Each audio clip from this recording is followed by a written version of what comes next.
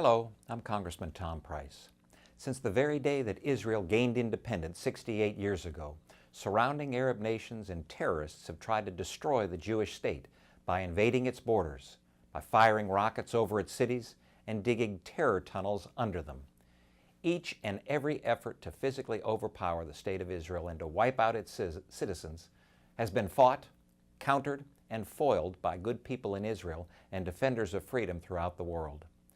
Those viewing Israel's very existence as the problem could not vanquish it on the battlefield.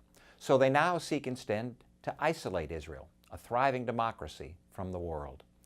The boycott, divestment, and sanctions movement, or BDS, is aimed at crippling Israel's economy and disengaging it from the world. But BDS makes peace that much harder to achieve between Israelis and Palestinians. By forcing Israeli firms in certain jurisdictions to lay off hard-working Palestinian employees, by intensifying the poverty that runs all too deep in many Palestinian communities.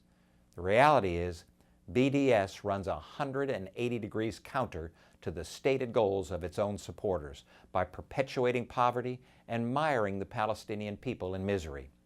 For the true goal of BDS isn't to help Palestinians at all. It isn't to modify Israeli actions or behavior. The goal is simply to globally erode support for a Jewish state.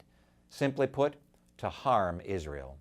Now, while some good people may support BDS, in reality, they're misguided. BDS diverts attention away from the real causes of Palestinian suffering, the corruption and human rights violations of its own leadership. The overwhelming majority of Palestinian people suffering arises from the misrule of corrupt leaders and from the scourge of radical Islam. The BDS movement singles out Israel for scorn rather than any of the regimes that actually oppress people. By attacking Israel, and only Israel, BDS leaders undermine the possibility of peace in the region. As president, Donald Trump will oppose the BDS movement.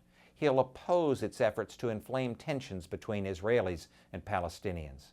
Instead, a Trump administration will make concerted efforts to seek out a common purpose, to build up trust, and to work toward meaningful dialogue and durable solutions. Thanks for listening.